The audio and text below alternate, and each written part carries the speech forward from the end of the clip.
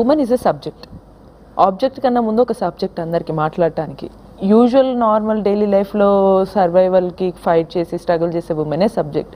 అలాంటిది కొంచెం ప్రాస్టిట్యూషన్ వైపు వెళ్ళిన ఉమెన్ గురించి చట్టం తీసుకొచ్చినా కూడా పాజిటివ్గా ఆలోచించి వాళ్ళు అందరిలాగా లైఫ్ లీడ్ చేయగలిగే మార్పు వస్తుందంటారా మీరు?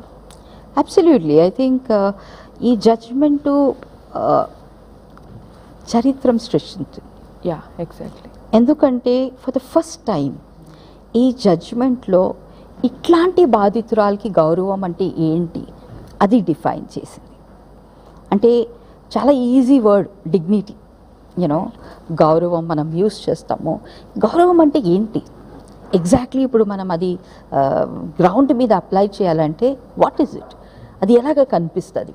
సో సుప్రీంకోర్టు ఈ డెఫినేషన్ది 3 అంశాలు చేసింది.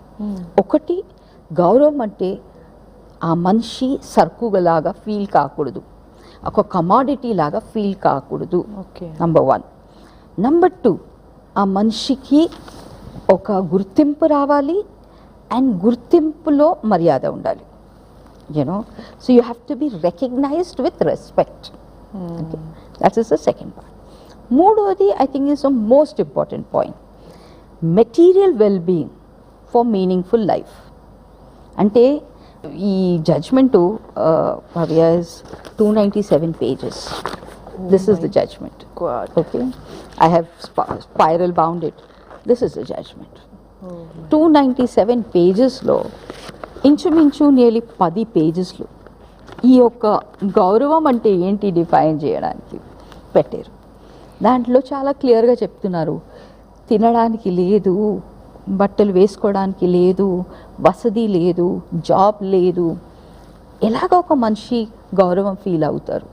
సో గౌరవం డెఫినేషన్లోనే వాళ్ళు పెట్టేశారు దట్ మెటీరియల్ వెల్బీయింగ్ అంటే, మెటీరియల్ వెల్బీయింగ్ అంటే the right income, house to stay. ఈ ఒక definition has become the definition of rehabilitation. ఇది ఈ సుప్రీంకోర్టు జడ్జ్మెంట్లో ఉన్న మోస్ట్ ఇంపార్టెంట్ అంశం. దాంతో ఇంకొక 2 అంశాలు which becomes a guiding principle అని మనం చెప్పొచ్చు. మొత్తం judgement the guiding principles. Rehabilitation, పునరావాసం, ఇది వాళ్ళ హక్కు, జకాత్ కాదు, చారిటీ కాదు, ఫేవర్ కాదు, ఏదో మీకు కావాలని చేస్తే ఇష్టం లేదంటే మేము చేయము కాదు, చెయ్యాలి, మీ బాధ్యత. ఓకే, అండ్ అది ఒక బాధితురాలది హక్కు. అండ్ రీహాబిలిటేషన్ ఎలాగ ఉండాలి, అది డిగ్నిటీనా చేయాలి. అక్కడ కూడా ఒక చాలా ఇంట్రెస్టింగ్ సెంటెన్స్ యూజ్ చేశారు. ఇట్స్ ఐ థింక్ యూనో, ఎవరికన్నా ఈ సబ్జెక్ట్ మీద అకాడమిక్ ఇంట్రెస్ట్ ఉంది అనుకుంటే ఈ బుక్ చదవడం will be the most important thing. Because దాంట్లో ఒక చోట్ల రాస్తారు, government you know has no right to give dignity. Dignity నా హక్కు భయ్.